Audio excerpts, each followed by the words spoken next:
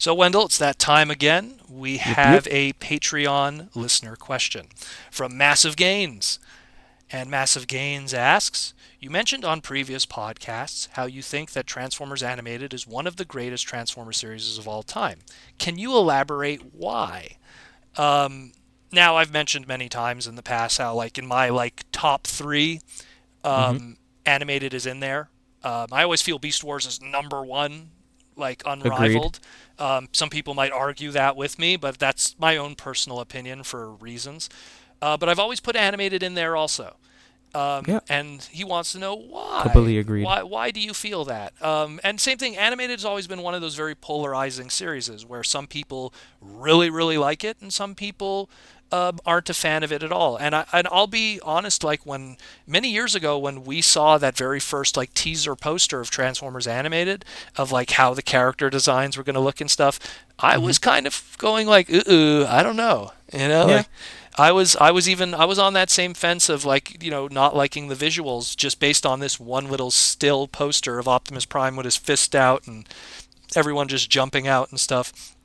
But I yeah. It was was definitely that same vibe as what was it called? Looney Tunes animatics. What was it called? oh Remember that? Where they made them lunatics. superheroes. Yeah, lunatics. Lunatics. Yeah. It was that same kind of like uh-oh. Yeah, like what's going on here? So, but the thing is that I think that the main reason why I love Transformers Animated and why it was such a huge, huge success, huge success, and it pretty much goes down to one word, passion. And what I Yeah. mean by that is Beast Wars, along with Transformers Animated, were two series that I feel that the main reason why I love them so much is the passion that was behind the creation of those series. Beast Wars was created by a crew of guys that worked long hours, slept in the At office, the office. Yeah. made sure episodes were done, and I remember there was even there was footage online showing like the encoding of scenes. And sometimes they said they'd move Cheetor's arm 5 centimeters for a scene, and it would take 10 minutes for the computer to respond. And Yeah, to render it. they would sit there so long just to get that. And that there was a passion on that end. They loved the series. They were fans themselves. Animated is the same thing. Animated was helmed by an individual that I've said his name many times, and I'll say it again, Derek J. Wyatt. Derek J. Wyatt was and still is a absolutely huge Transformers fan. And more specifically, a not just like a Generation One fan. He appreciates all the different aspects and facets of the Transformers mythos, from the Japanese Yeah. side of things, Beast Wars, just every walk, even Kissplay, every walk of life that has come before it, and he recognizes that and appreciates that. And so he was as if you took like a guy like me or someone that was a huge fanboy and thrust him into that role of make your own series. And so people who were really big, like if you gave animated a chance and you were a really big G1 fan, you loved animated because it gave you that. If you were a really big Beast Wars fan and you watched animated, you got that great character And development and mind you, we mean all of it. You yes. can't just this thing lasted for 3 years, right? Well, it was three. Well, it was 3 seasons. Seasons, excuse me. That's Um, well, I mean 3 seasons. So you got to watch all of it because I know I had a friend of mine that wasn't feeling the art style and wasn't feeling the human uh, enemies they had to fight in the first season. And I was like, "Well, did you watch the second one?" And he was like, "No." And I was like, "Well, then why are you talking to me? well, Like, you need to and watch it. You especially need to watch because that whole thing." yeah, and especially because if you look at Especially the how that season one ends and how well it goes down. that early creative process of animated when it was created, when you see like in the Allspark Almanacs kind of really show that was it was early aspects of a rescue series, almost kind of like the prototype to what would be Rescue Bots, but not being what Rescue Bots is from a writing Yeah, standpoint. Just like they wanted to have something that was here's a rescue team of Autobots that are fighting against villains, human villains. And that's kind of what Rescue Bots is now. But that was just the early aspects of what the early plans were, and that kind of leaked into the first season. But the first season, just like even Beast Wars, Beast Wars, the first season, just like animated, is there to establish those characters. Yeah, By the time exactly. those characters are now established with you, everything kicks into high gear that point on with season 2 and season 3. Beast Wars is the same way, so is Transformers Animated. And with Transformers Animated, again, I felt that if you gave it a chance, every different walk of life of every different Transformer fandom pocket, meaning like the G1ers, the guys that were raised in the 90s and watched Beast Wars, the guys that were raised in the 2000s and watched Armada Energon, there was Hmm. something for everyone. An example that I could explain was I remember Goober, who's like well known for people in the Transformer TFCon community, was someone who was very apprehensive originally of animated. He Right. wasn't too sure because of the art style. Right. But when he watched it, him being a very big G1 kind of guy, absolutely loved it Yeah, because of exactly. just of how much it was faithful to the G1er kind of stuff and pulling a lot from that. But if you were a Beast Wars fan, you appreciated the small cast that really focused on the small cast and that kind of Beast Wars writing style where it was just like that ongoing continuation of storyline and character development and people growing that unfortunately G1 lacked in a lot of ways in its original run during 1984 to 1987. So referring to the American side of things, Oh, okay. not the Master Force Headmaster's victory. So there was a lot of stuff going on with animated that worked out. And when I say like my top three, one thing that I also factor in when I say best series is I don't only just talk about the shows. It also bleeds over into how the toys were also. Beast Wars, when it came around, shook up everything from a toy standpoint. And animated was the same way.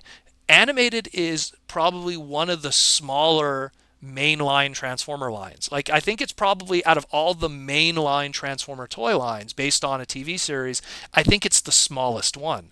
Mm. But it's a credit to that because every single toy in that line was on the show. Yeah. True. No one was left out, and which is something that every other Transformer toy line is guilty of. Every other Transformer toy line has tons of Very toy. rare that would ever happen. Yeah, has tons of toys that don't end up being in their shows, whether it be repaints or whatever.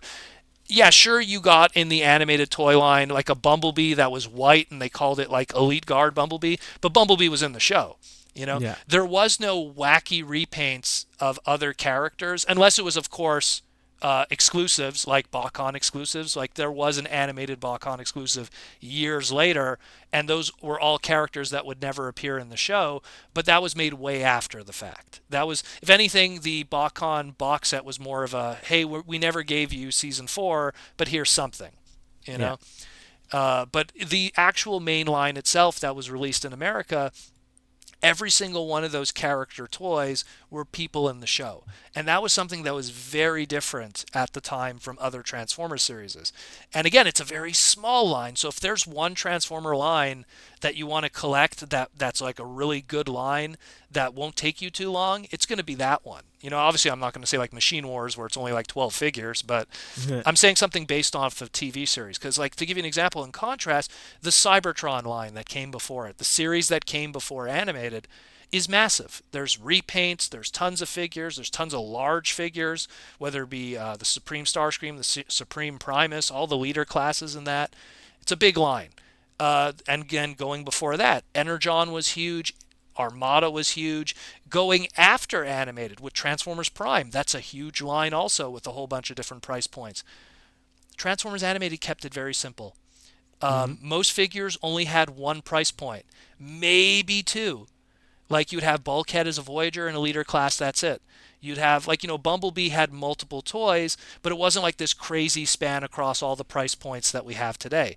Now Like, where I'm you, surprised they went that way with the series it in the was, sense, like, like where you see everything else is just, Scout oh this, yeah, like all today across now the it's like, board. now you have like the new, like with the Transformers Robots in Disguise line, you'll have Bumblebee from the smallest price point of a legend scale or whatever you want to call it, all the way up to the super bulky Supreme Bumblebee 3 points of articulation transforming scale. I think it was called Roll Up and Go Bumblebee. Like Mm. they have like, but this series really it was like, hey, Prowl, you have the one toy. Maybe we're gonna give you a Legends toy, but that's it.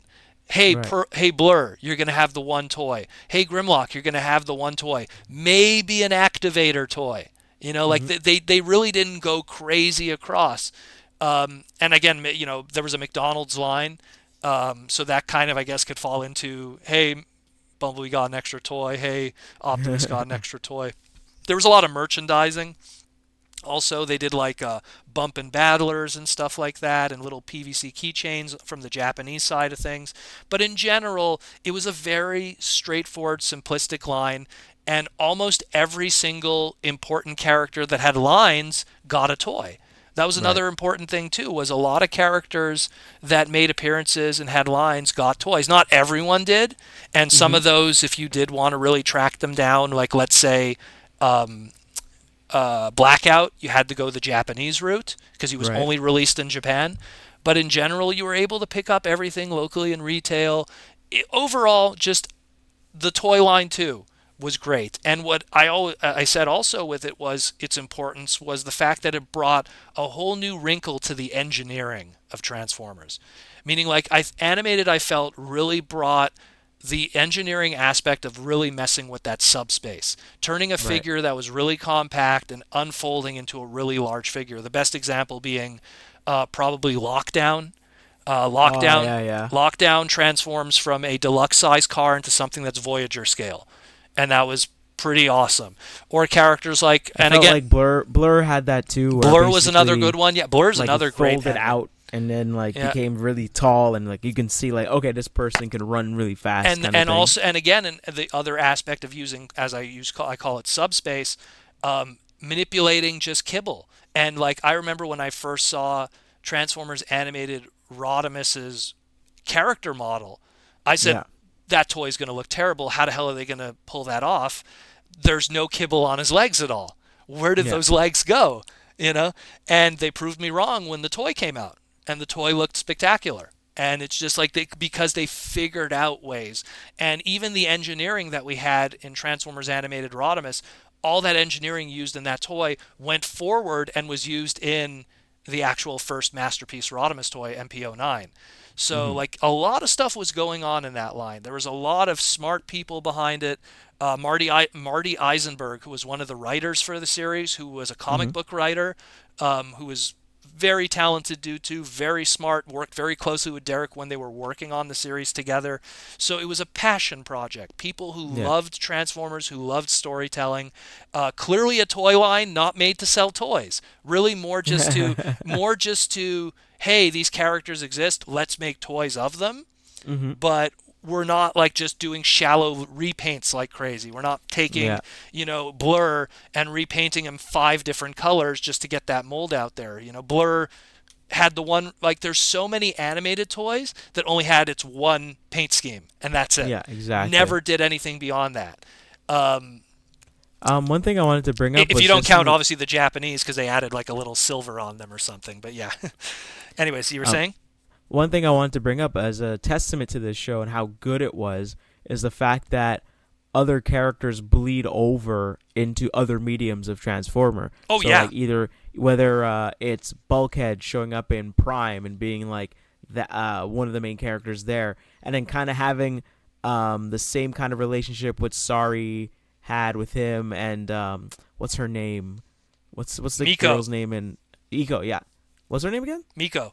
Eco. Yeah. Miko. Um, Miko. Oh, Miko, right, Miko, and Lockdown, showing up in The movie what was verse. it called again? Age of Extinction, Yeah. and being one of the best Transformer villains in those movies ever, in my opinion. Mm. Lugnut, that, oh my goodness, the crazy thing about Lugnut is we got it's a very big and bulky animated toy, but then they gave him a Generations toy, Which was way and better. that toy is amazing. Yeah. That toy is mind blowing. How like that fuselage like extends out to be this big bulky like powerhouse, and then the wings become the arms, and like He it was has one these of those nice. characters that after that Generations toy came out, people were like, "Man, that original Lugnut really should have been a leader class, like Yeah. not a Voyager," because like they saw how this one turned out, and they're like, "Yeah,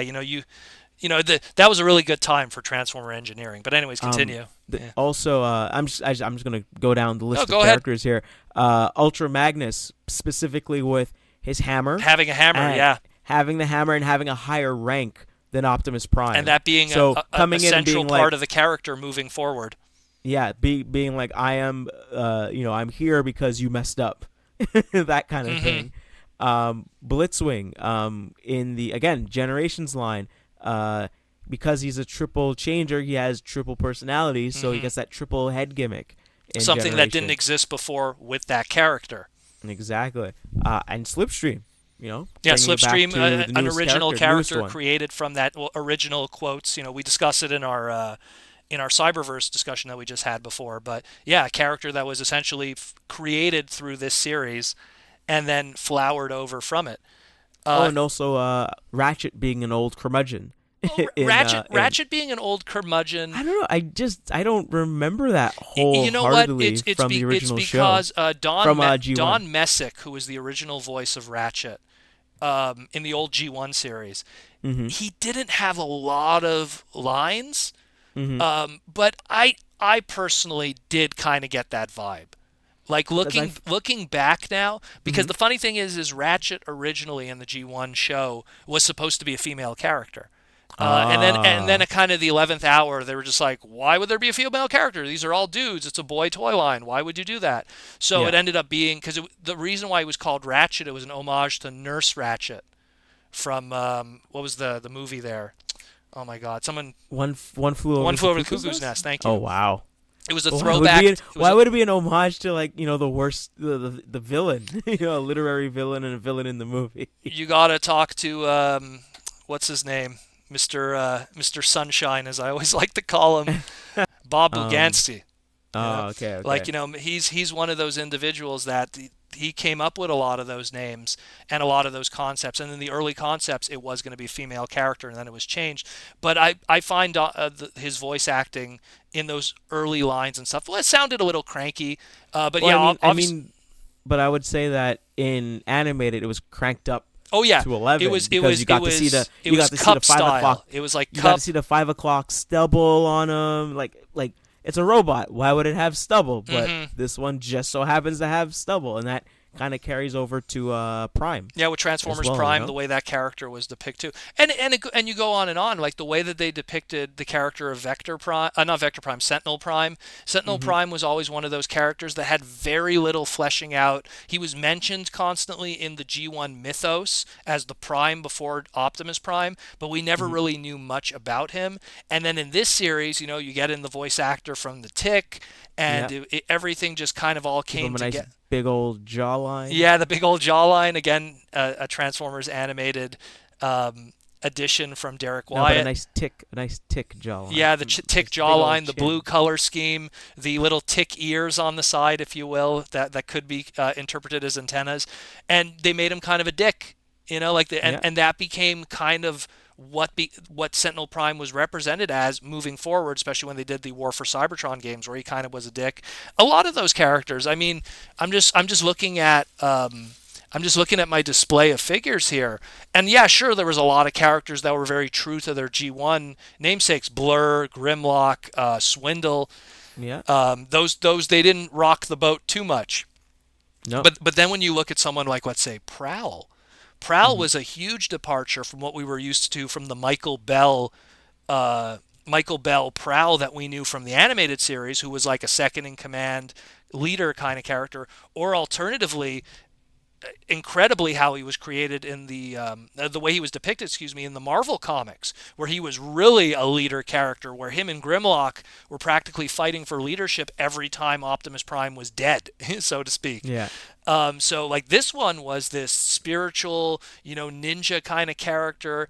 And he was probably one of the most deepest characters in the series. I don't want to spoil too much for people who haven't seen the series, but I remember one line really resonated with me, where like his room, in the base had a tree in it, and then they asked him, was like, hey, do you want to get rid of the tree? And he was like, no, no, I like this. Like he Yeah. was very like spiritual. The animals, like had these. Like he was basically your Tigertron, He was a if you fusion will. of Tigertron slash Beachcomber.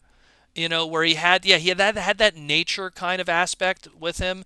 But And then again, like I another aspect of the show that I really like, it calls back to all of yeah, Transformers. and Again, again, like you said at the beginning, just being a super fan and liking everything. I was like, okay, I'm gonna take a little bit of this and the best G1 here. I'm part gonna of it take a little bit of all.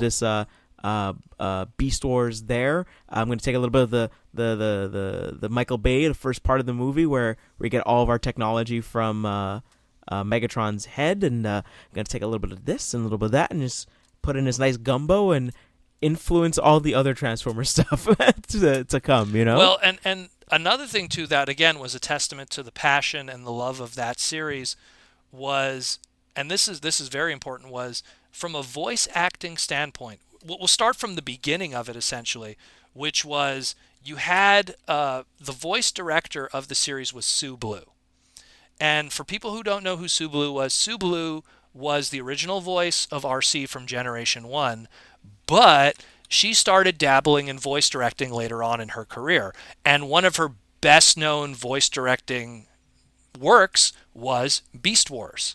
So she already had Beast Wars under her belt, and she was used to doing great voice directing with a small crew of people and making awesome stories and awesome directing. She was brought in to do Transformers Animated. And what was great was every time Derek Wyatt turned to her and said, can we get this person for this character? She would go out of her way to do that. And that was very important because when she was voice directing Phil Lamar for who Right. was going to be Jazz, she voice directed Phil Lamar to do a Jazz that was very similar to that of Scatman Crothers. Mm-hmm. There was like he was channeling that. When Derek Wyatt turns to her and says, "Hey, we're going to have Blur. Let's get John Machida. Let's get Yeah, the might as well. original Blur for John. For let's get the original the original voice actor for Blur for this." And she managed to pull it off. Then same thing, Rodimus Prime. Okay. When they had Rodimus in the series, it was like Derek going like, "Could we get Judd Nelson? Mm-hmm. Could we legit get Judd Nelson for this?" And lo and behold, it was like, "Yep, got Judd Nelson." In his interview at BotCon, didn't someone ask him something about Sue Blue, and he was just like, "Oh man, she was awesome." Yeah, Like, well, he was, he he admitted was. Judd Oh, Nelson. right, Judd right. Nelson admitted that he had a crush on her Oh, right. There we go. when he was a young teenager doing the '86 movie. Sue Blue was obviously voicing RC in the '86 movie, and he had a crush on her. So getting to be with her again was great. And another example was because Derek always made requests for, hey, can we get this person to be, because a lot of people don't realize the voice of Shockwave in Transformers Animated, Corey Burton, was the voice of the original G1 Shockwave. A lot of people don't, and of course Sue Blue, who was the voice director of this series, also guess who she voiced in this? She voiced Animated RC. So they What about the voice of Rekgar? or Rekgar. So same thing. They obviously couldn't get Eric Idle, who was the original voice of G1 Rekgar, but who did Rekgar's amazing theme song, Dare to Be Stupid? So there's Weird Al Yankovic. Yoke-Tron, they got George Takei. Like, it was just this amazing list of talented people that she was able to bring in that West Coast California kind of area. Lockdown was Lance Hendrickson, Yeah. which is like, for anyone who knows Aliens, in the Alien franchise, Bishop. like very, very, in sci-fi community, very well known. Jeff Bennett was Captain Fanzone, and he did a great job too as one of the human characters. There's so many I could think of. Cree Summers, who was both Alita 1 and Black Arachnia, a very good take on the character, not being able to get Venus to reprise the role. She was a great replacement because a lot of Beast Wars voice actors kind of got a second shot if they were brought in. Of course, David Kaye being Optimus Prime, so that marking David Kaye the first ever actor to be both Megatron and Optimus. David Kaye also doing the voice of Grimlock and doing a very good job channeling Greg Berger. Even though Greg Berger couldn't be around to do Grimlock, they managed to get David Kaye, who we all know for all the great stuff that he does, but he did a very good Greg Berger Grimlock. So there was a lot of talented individuals that were brought in to do a lot of. I was also wanted to say something that we brought up in past shows was I remember you said that you always like Transformer shows where the main character isn't necessarily Optimus Prime. I don't want to say that he was. I mean, sorry, not in that way. But I mean, this is a different interpretation, and we never really see an Optimus Prime that's unsure, or even an Optimus that's that's the term. I'm kind of doubting myself, and then he should be the leader. He's definitely doing leader stuff, but he's still doubting himself because of something that happened in his past. The one connection with my three favorite Transformers series is every single one of the headline leaders on those was an unsure leader. Optimus Primal, unsure leader, first day on the job kind of thing. Optimus Prime from Transformers Animated, same story. And Jinrai is literally thrown into that role. Jinrai was the very Amuro Ray, I didn't ask for this kind of scenario, where it's I just got into this truck and it just happened to be a Transtector, where he also wasn't that perfect leader. He's kind of looking in the rearview mirror of Optimus Prime's truck mode and doing his hair. It's his last worry in the world almost was to be a leader character. And that also bleeds into Rodimus and why I love him so much. But Rodimus isn't part of those three favorite series. The funny thing is Season 3 G1 is not my favorite Transformer G1 season by a long shot. It really isn't. And neither is Headmasters. It's more 86 movie is where my love for Rodimus stems from, and Hot Rod. But I love Transformer series where the leader isn't perfect. Don't get me wrong. Transformers Victory, love that series. Starsaber is flawless. There's Starsaber is never wrong. So you could go, well, Proto Man Starsaber is like Goku, he just never messes up. Maybe not never messes up, but he's just this unstoppable perfect guy. How could you say that then? But I think of my top three. That's the connection, is that Animated, Master Force, and Beast Wars. You have these leaders that they can do wrong. They can mess up, and people will call them out on it. Yeah. Bumblebee called out Animated Optimus Prime all the time. Bumblebee was the rat trap, if you will, to the Optimus Prime's Optimus Primal in Animated. And the same thing in Master Force. You had tons of the other human characters questioning Ginrai, the Godmaster specifically of Lightfoot and Road King, who were kind of I don't know about this guy. He's a little irresponsible sometimes. Maybe I should be leader, So there was a lot of those kind of connections too. And that was from a Japanese writing standpoint, where that was very rare, because in Japan, a lot of times the leader character always has to be perfect. He's the representation of everybody, so he has to be the best. But Master Force was very different, and I think that's why I credit it a lot. But we're talking about Animated here. But Animated there's so much going on. If there's one thing... again, just to call back to that, is that at the end of the series, you just feel super happy for him. He earned it, worked his he really proved everything and got the best of it. You feel really happy at the end. You feel super satisfied.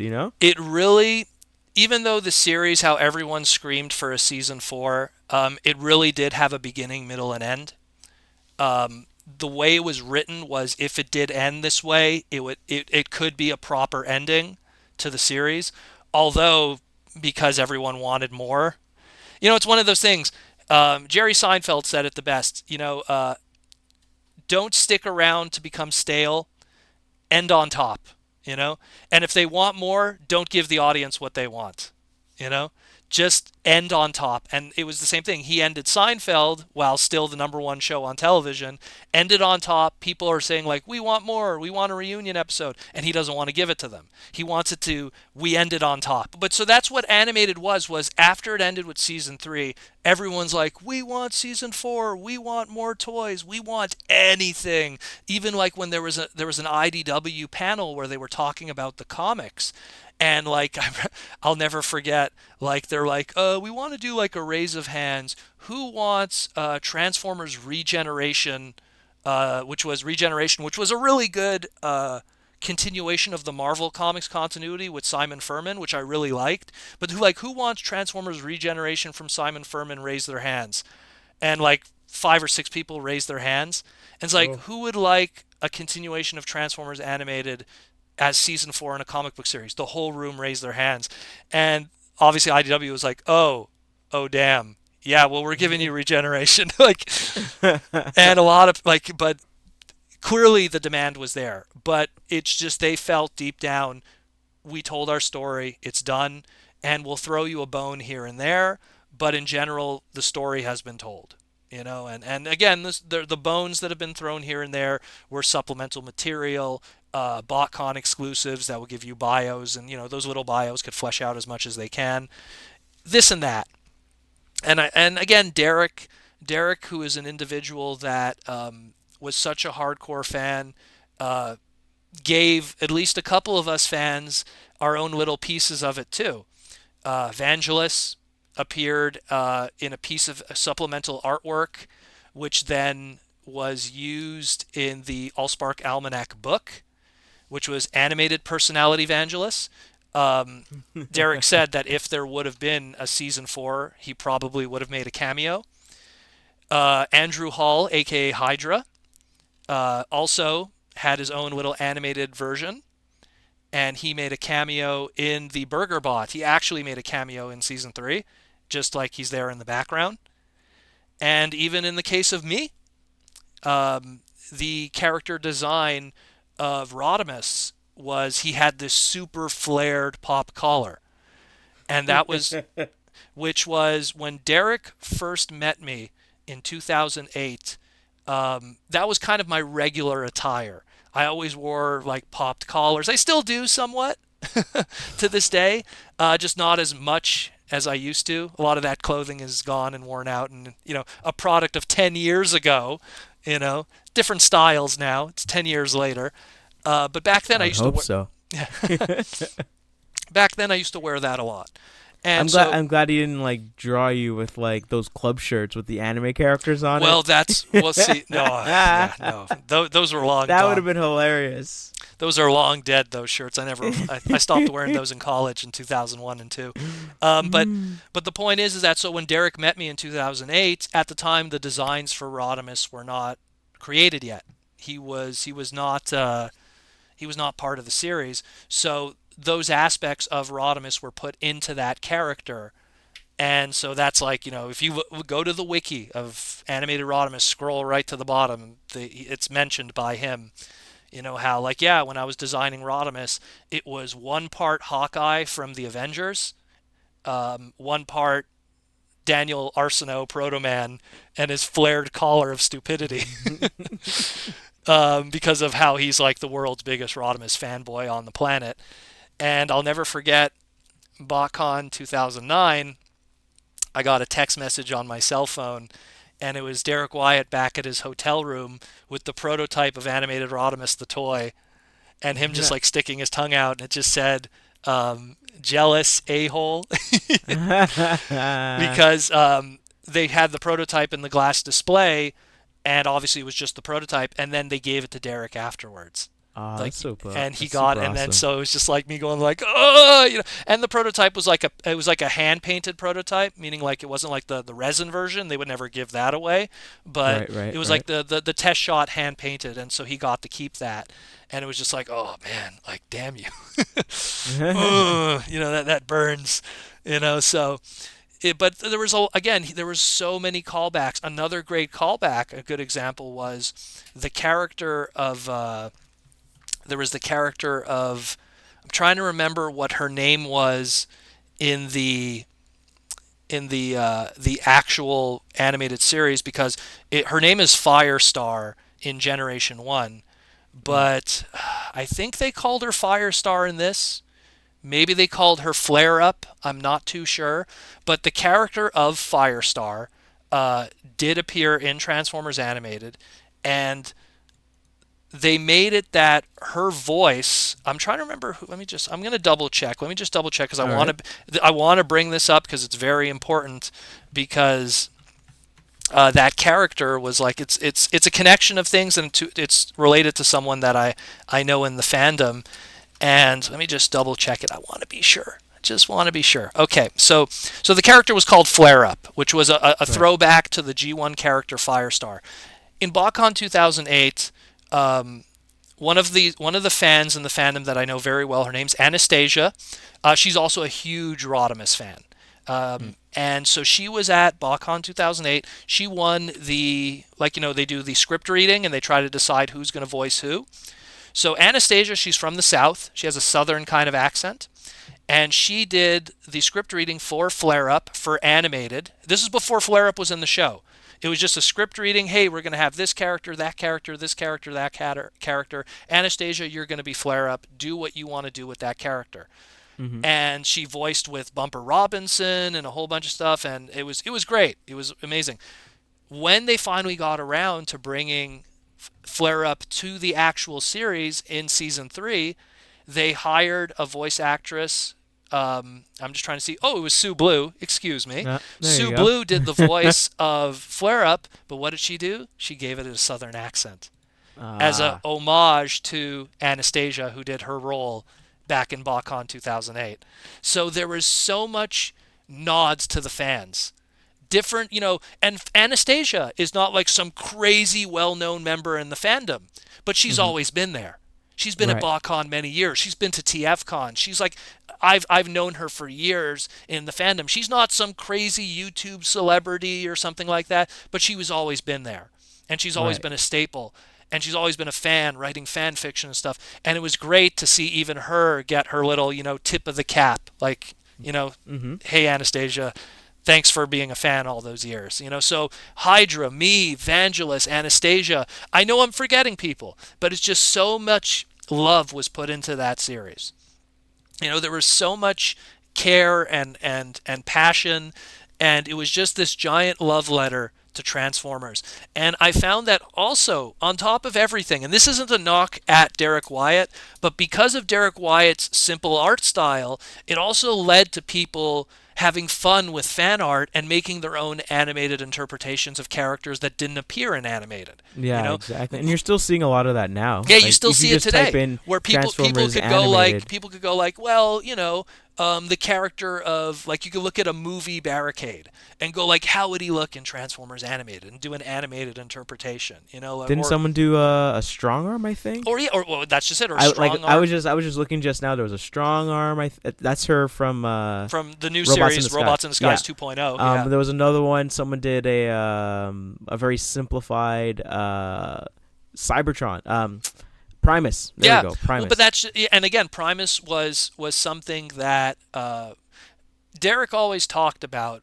If there ever was a season 4, some of the ideas that he wanted to have, and he had one where like they would teleport to like an alternate future where Rodimus is leader and Galvatron is leader, and Cybertron is destroyed, and it's like the typical like going to the future and it's a desolate dystopian future Right. kind of thing. Exactly. So, and the two season 3 leaders are the leaders in this case, and he had so many ideas, and there was prototypes for toys that never got released. Like there was a Megatron that harkened very much so to the Beast Machines Oh wow. visuals, like that mask that Beast Machines Megatron had. Hmm. Hotshot was going to get a toy. It just never happened in the end. There was a lot of stuff still on the plate, but they felt, let's go out on top. We'll end it on this. Yeah. And also kind of similar to like what happened with Avengers: Earth Mightiest Heroes, the Yep. success of the movies also kind of shifted gears in another direction too. Hmm. So on top of the success, as much as the series was successful animated, they couldn't deny going into Revenge of the Fallen and making $900 million. Yeah. And regardless of how you feel about Revenge of the Fallen, the movie as a movie, the numbers just made them go, huh. Hmm. Maybe Optimus Prime should be a long-nosed truck and look more like the movie continuity. So that's what kind of led into Transformers Prime, and why we got that aesthetic and that look, because animated was not doing bad. Animated was extremely successful. It's just a lot of other things were going on in the big machine. But yeah, that's more or less why I love animated. Is I mean, I could go on forever. What I We would both could go on what forever. I We would both suggest definitely. is the series was like season 1 and 2 were done by I think it was Kid Rhino at the time. Season 3 ended up becoming really difficult to find. It got released years later, but then Shout Factory came back and re-released everything. So if Yeah. you're looking for DVDs, extremely easy to DVDs, find now. Blu-rays. Yeah, yeah, it's all, and again, actually, yeah, the Blu-rays specifically that came out are, I would suggest them because Transformers Animated, when it was created as a widescreen show. When it debuted, it was obviously it debuted as a show that was done in the whatever you want to call it there, 4 by 8. Four by three. Yeah, 4 by 3. So when we all watched animated and when we bought the DVDs, it was the 4 by 3 format. Ah. When the hub became a thing with Hasbro, they were airing animated episodes. They were widescreen, and everyone's like, "Oh my God! Like all our DVDs suck." So if you want to own the definitive version of Transformers Animated, um, go get those Blu-rays, go get those newer DVDs. They come in a widescreen format, and you see even more stuff. Now, granted, you're not missing a lot with a lot of it, but there were certain parade scenes, if you'll call them, where Mhm. there's more cameos and stuff in the background and other Ah. characters. And Okay. Okay. I mean, there's homages to Brave, there's homages to Battle Stars, Master Force, Victory Zone. If there is Or not bots. or bots, GoBots, Kiss Play. I feel like you have to really put it under a microscope to find something that it didn't say, "Hey, this aspect of Transformers, we still remember you." Every stone was turned. Everything was shown. There's so much going on with that series. If you're a fan of Gal Geiger, if you're a fan of Gurren Lagann, there's little Yeah. Oh, aspects that's true. That's very that there's true. little aspects of that too, specifically the Headmaster, which again, if you go back and watch that, that's another episode too. That like there's so much going on that it's just this giant love letter. And on top of that, it's not something that's like a blatant just, oh, hey, remember this series. Yeah, exactly. It's It's just there. its own. You gotta look for it and you'll find it, kind Yeah, of thing. it's great. Subtle, There's nice and so subtle. much there. But if you're a Transformer fan, do yourself a favor to go out of your way and watch Transformers Animated. You won't regret it for sure.